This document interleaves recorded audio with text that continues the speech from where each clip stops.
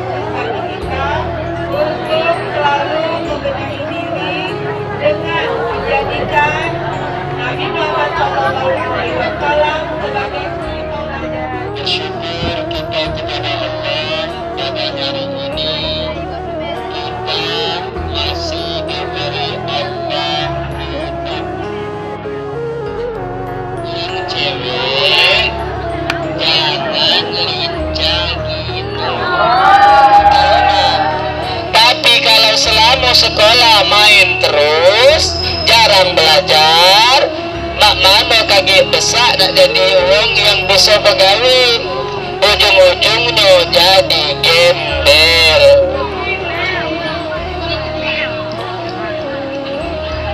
Kamu tahu dengan sampah? Sampah tahu? Sampah-sampah itu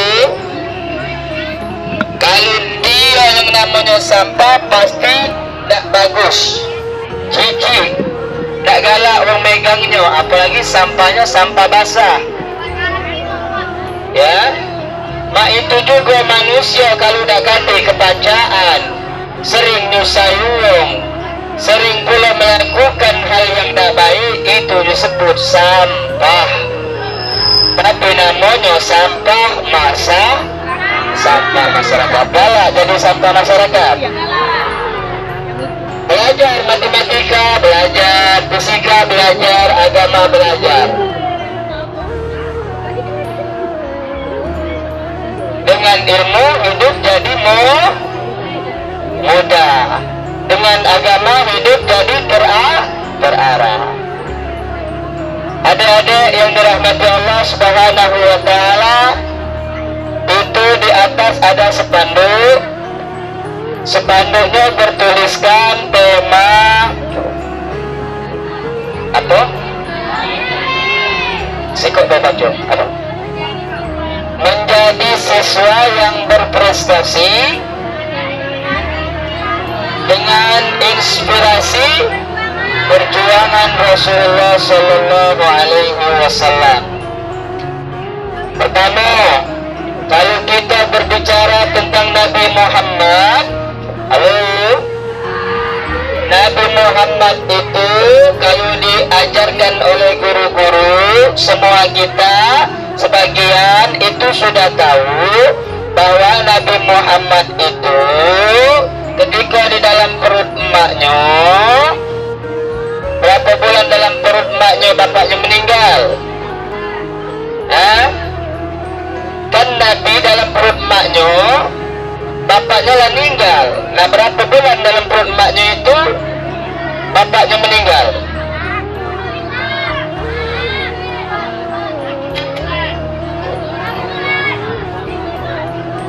Ayo, siapa yang bisa jawab? Berapa bulan?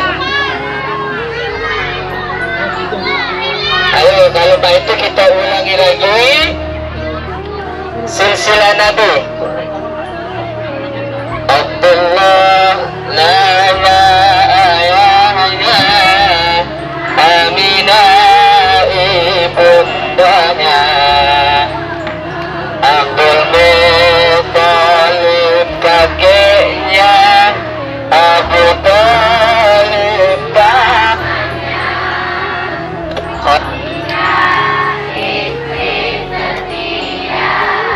Fatimah